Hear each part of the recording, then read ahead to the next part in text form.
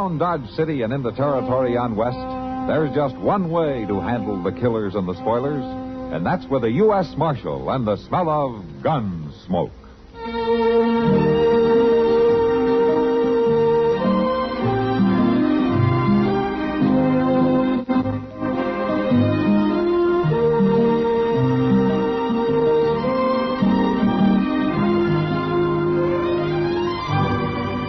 Gunsmoke, starring William Conrad, the story of the violence that moved west with young America, and the story of a man who moved with it. I'm that man, Matt Dillon, United States Marshal.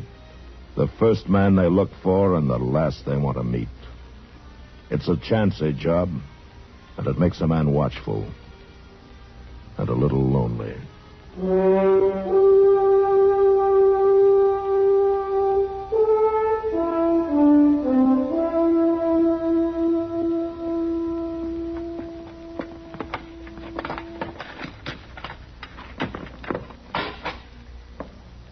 The last stick of wood. Ben? Ben? Quit hollering, Ma. I hear you. Well, if I'm going to keep this stove going, I'll need some more wood. There's some in the wood box. No, you didn't fetch any today. Now go on out the woodshed and bring me some. Ma, I was just fixing to leave for town. Ben Redgate, you fill my wood box. And there'll be no going to town tonight. Ma, you can't keep me here like a tethered calf. Why, you're living in my house. You'll do as I say. I'm a man grown, Ma.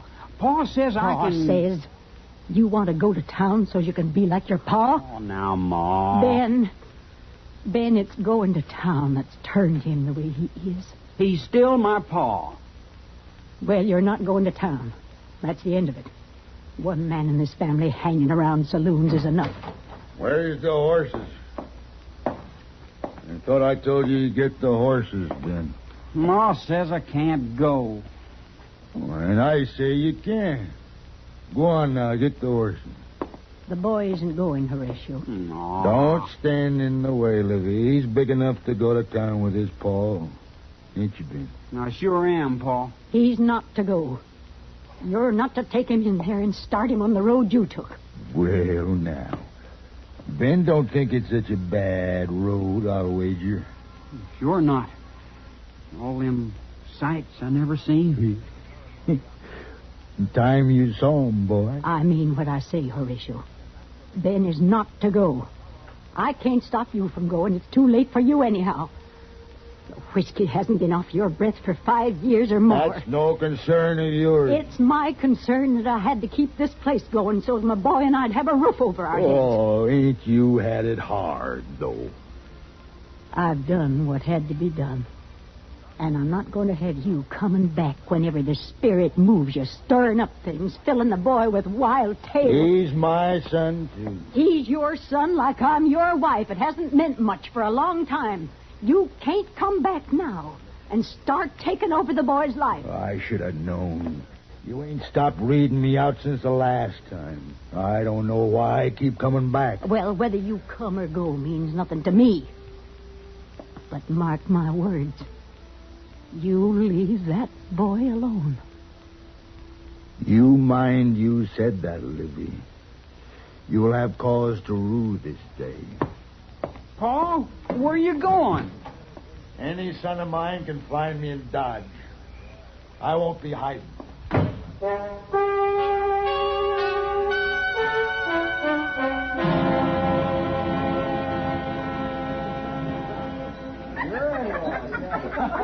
He sure don't favor his daddy standing there, do he? No, sir. Horatio Redgate never spills a drop. Why, he'd lick it right up off in the bar if he had to. Why don't you leave me be? Why, sonny, we figure you need somebody to look after you, that's all. Ain't that right? That's right. Way I get it. His ma don't like him out of her sight. Somebody's got to watch over him. Go on now, leave me be or I'll just... Or you'll do what, sonny? All right, boys. All right. You've had your fun. You the Redgate boy? My name's Ben Redgate, and I'm man grown. Sure you are. Is that your pa lying across the table back there? Sure, that's him. Look, Ben, why don't you call it quits for now and go on home, huh? Oh, you sound like my ma. She don't think I can get along out of her sight. I don't think you're out of her sight right now. What do you mean? Isn't that your ma standing there at the door looking in? She's got no call to follow me. Maybe not, but she's sure doing it. Well, I guess I have to see it to believe it. Come on home now, Ben. I ain't gonna go. I ain't gonna listen to no more of your lectures. This is no way for you, Ben. Come home now and we'll say no more about it. We'll see no more about it because I ain't coming. And I ain't gonna listen no more. Mind your tongue, Ben. It wasn't easy for me to come into a place like this. Don't you cause me trouble now. Then don't follow me. And if I want to take a drink out of this bottle, I'm gonna do it. Not while I'm here to stop you. You may be too big to whip, Ben, but I can still knock a bottle out of your hand. You can't bust all the bottles in the saloon. I would if I could right enough. I still ain't coming, Ma, no matter what you do. All right, Ben, all right. I can't drag you. But I tell you this. If it'd do any good, if it'd keep you from turning out like your pa, I'd as soon see every saloon in town just burn to the ground. I'd even help strike the matches.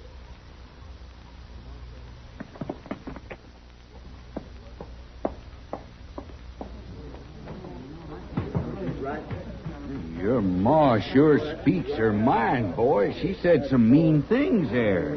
Mighty mean. She smashed that bottle full of whiskey just like it was nothing. A terrible thing. Wasting whiskey like that is terrible. Can we buy you a drink, boy? No, I've had enough of this place. You going home like she told you? No, I ain't going home. I'm gonna hunt up a place to get drunk where Ma can't find me.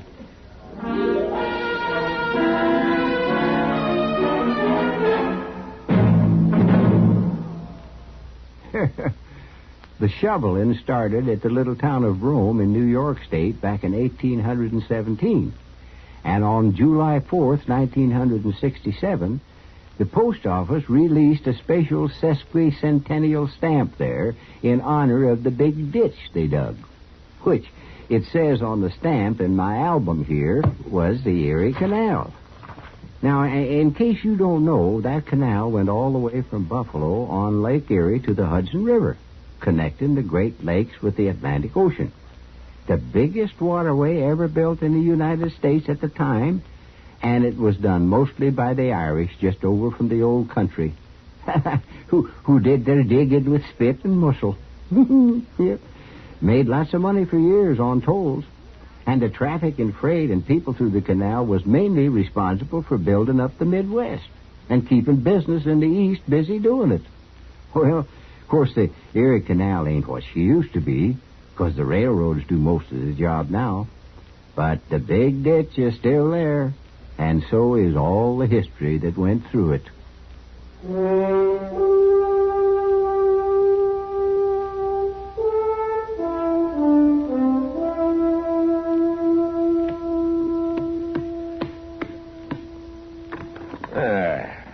Well, what's your excuse this time, Chester?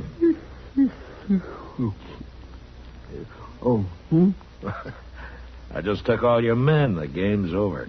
Oh, well, now, Mr. Dillon, I don't think checkers is a very good game to play so late at night. What's the matter? Can't you keep your eyes open?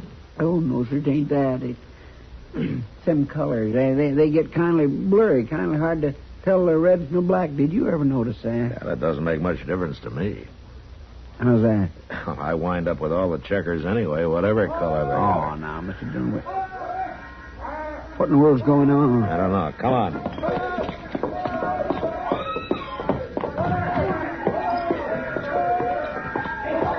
Look, down at the end of the street there, see? Yeah. I don't think they're going to put that one out either. Oh, them flames sure got a hold, all right. That's the new saloon, the Prairie Wagon. Now there's no hope for that place. It'll be enough of a job to keep the fire from spreading. I'll go help with the buckets, Mr. Dillon. I'll go around back, see which way it is spreading. Yes, sir.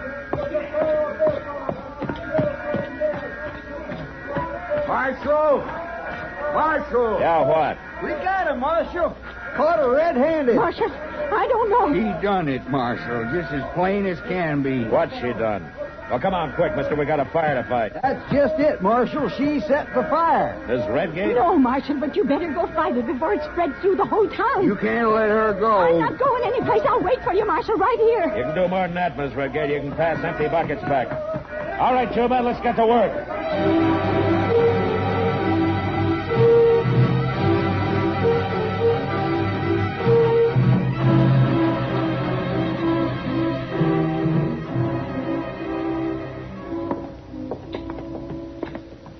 We was sure lucky there wasn't no wind. Yeah. You sit here, Miss Redgate. Well, thanks to her, the whole town didn't burn up.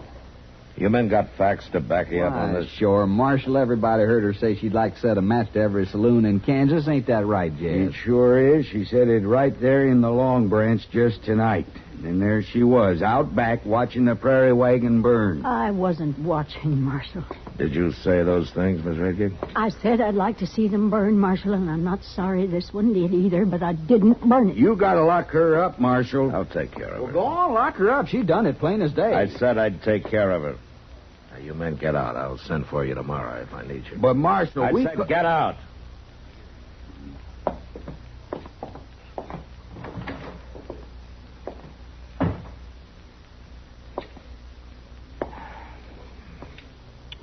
Miss Redgate, I think maybe you better tell me what you were doing out in the alley.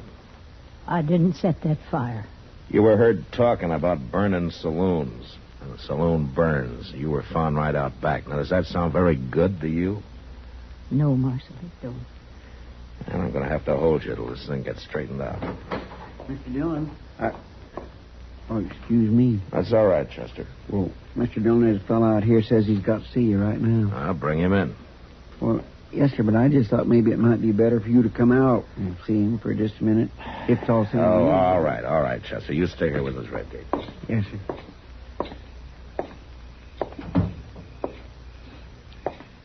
I want to see you, Marshal. Oh, it's you, Redgate. What do you want? I come to do my duty. Is that so? That fire, that terrible fire, Marshal. What about the fire? I know. You know what? I know who done it. I know who burned down that new saloon. That's a terrible thing. All right, tell me. Who did it? You won't believe. Well, you tell me anyway, huh?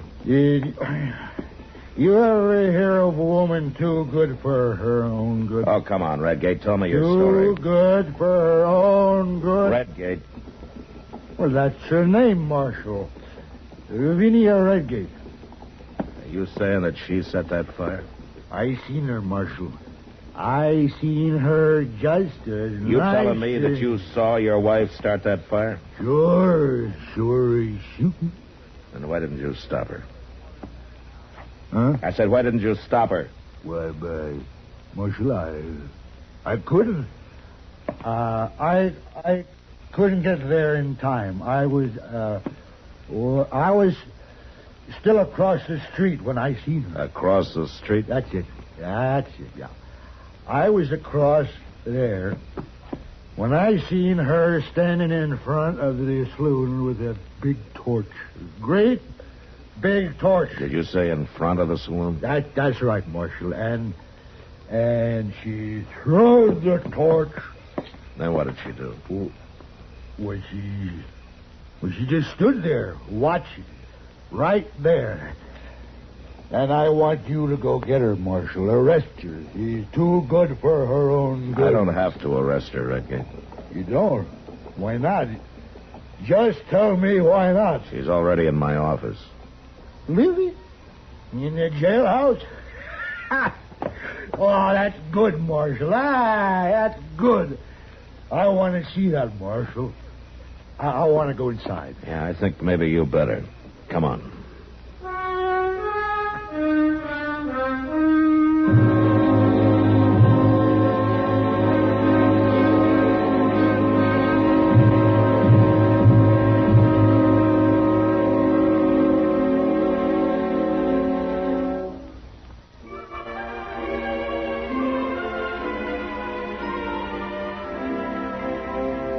Hometowns in America have a lot in common, yet they're each one of a kind. Take, for example, Pulaski, Virginia. Every day is another day of sawdust in the air at Pulaski, but it's clean and fine and white. And besides, the Pulaski and Coleman Furniture Companies are mostly what make Pulaski go. If you're driving down from Washington on U.S. Highway 11, you'll pass right through Pulaski, and you can stop at Don Easter's Gap Restaurant for that good Virginia country ham sliced thick. Fair weather finds Piedmont Airlines touching down at New River Valley Airport, nearly 2 hours closer than the old Roanoke terminal. If you're in Pulaski at the right time, you can catch a ball game between Pulaski and Dublin. Or if you're staying longer, a season ticket to the concerts in Blacksburg at BMI are just the thing.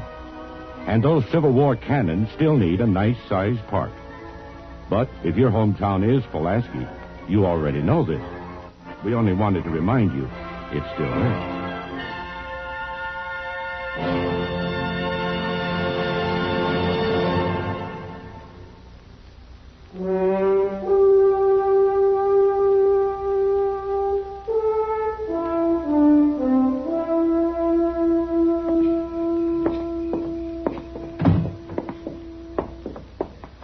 What? She ain't locked up at all, Marshal. She's just sitting there. Horatio, where's Ben? Go on now, Marshal. Lock her up. Lock her up, Marshal. Sit down, Redgates. Sit down. I just wanted to see her locked up. I don't think that's going to be necessary. Why not, Marshal? She done it. She said she was going to. I seen her. I'm not so sure about that. Wow. Anybody will tell you she said that she'd as soon see all the saloons burn. She'll tell you herself, won't you, Livy? What have you done with Ben? You're in a fix for sure, ain't you, Livy? Your boy's run off, ain't he? Because you didn't want him to see his paw. Send him home, Horatio. Give him a chance to grow up decent. You've been out looking for him, ain't you, Livy? You couldn't sit there at home and wait for him, could you? Yes, I've been looking. Is that what you were doing in the alley, Miss Redgate? Yes, Marshal. I'm ashamed to tell you it was. I was feared someone would tell him if they saw me out front, so I was going along the back way. I got my hindsight now. I can see it was wrong. Yeah, hear that, Marshal? Vinnie Redgate admits she was wrong. Lock her up, Marshal. Lock her up. Let her sit there a spell and repent. You got it backwards, Redgate. What's that? You're the one who's going to sit there and repent. What? Your wife never was out on Front Street. 2 witnesses saw her around back. Your story doesn't make any sense at all. Marshal, I swear... Don't bother. You sure wanted to get at her, didn't you? Oh, now, wait a minute. I'd watch what I was saying if I were you. Matt? Hey, Matt. Yeah, Doc, what is it? Oh. Well, I'll come back later. No, it's all right. It's all right. What's on your mind? It'd be better if I came back. Just Matt. speak up, Doc. Well, Matt, it's about that fire. Somebody hurt? Somebody's dead. Well, who was it? Well, Matt? Doc. It's Ben. Isn't it? Yes, Mrs. Redgate. It's Ben. I had a feeling about tonight. I had a feeling. That's why I kept going after him, looking for him. You saying that my boy was in that saloon? Yes, Horatio. He must have been asleep back at the bar. I'm sorry. I'm real sorry. Oh. Ben dead? What? I didn't mean nothing like this. I didn't mean to hurt nobody. Just to get Livy in a fix for a day or two. You set the fire, didn't you? Yes, Marshal. I said it. But I didn't mean to burn my boy. Chester, take him back and lock him up. Yes, sir.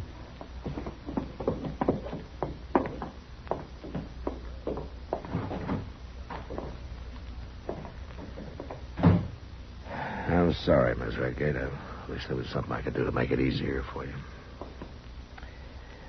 If you like, ma'am, I'll have Chester take you home. Home. I drove Ben away from home. What did I do wrong, Marshal?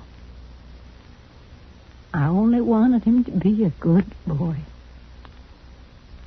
Now, what did I do wrong? Well, maybe it's not what you did wrong, Miss Redgate. Maybe you just tried too hard to do right.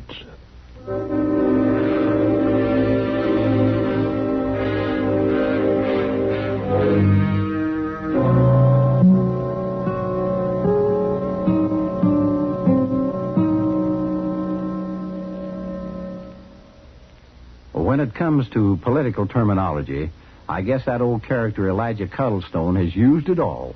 For instance, and I say that all of them, every man Jack and nominated to run against me is cast in the same mold, poured out of the same bottle, chips off of the same political stump. There's no choice among them, that is.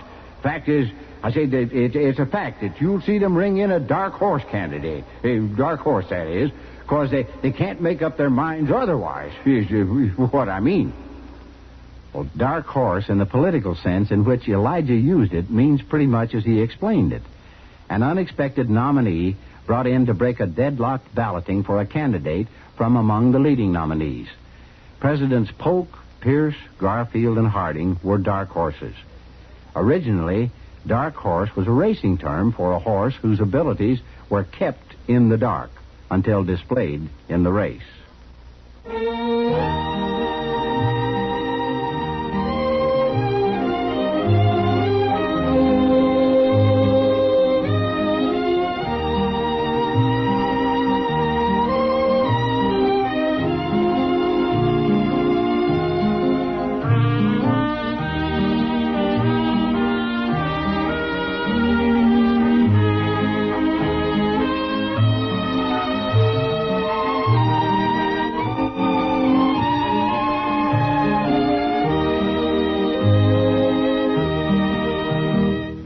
Gunsmoke. Produced and directed by Norman Macdonnell. Stars William Conrad as Matt Dillon, U.S. Marshal. Featured in the cast were Parley Bear as Chester, Howard McNear as Doc, and Georgia Ellis as Kitty. George Walsh speaking. Join us again next week for another specially transcribed story on Gunsmoke. This is the United States Armed Forces Radio and Television Service.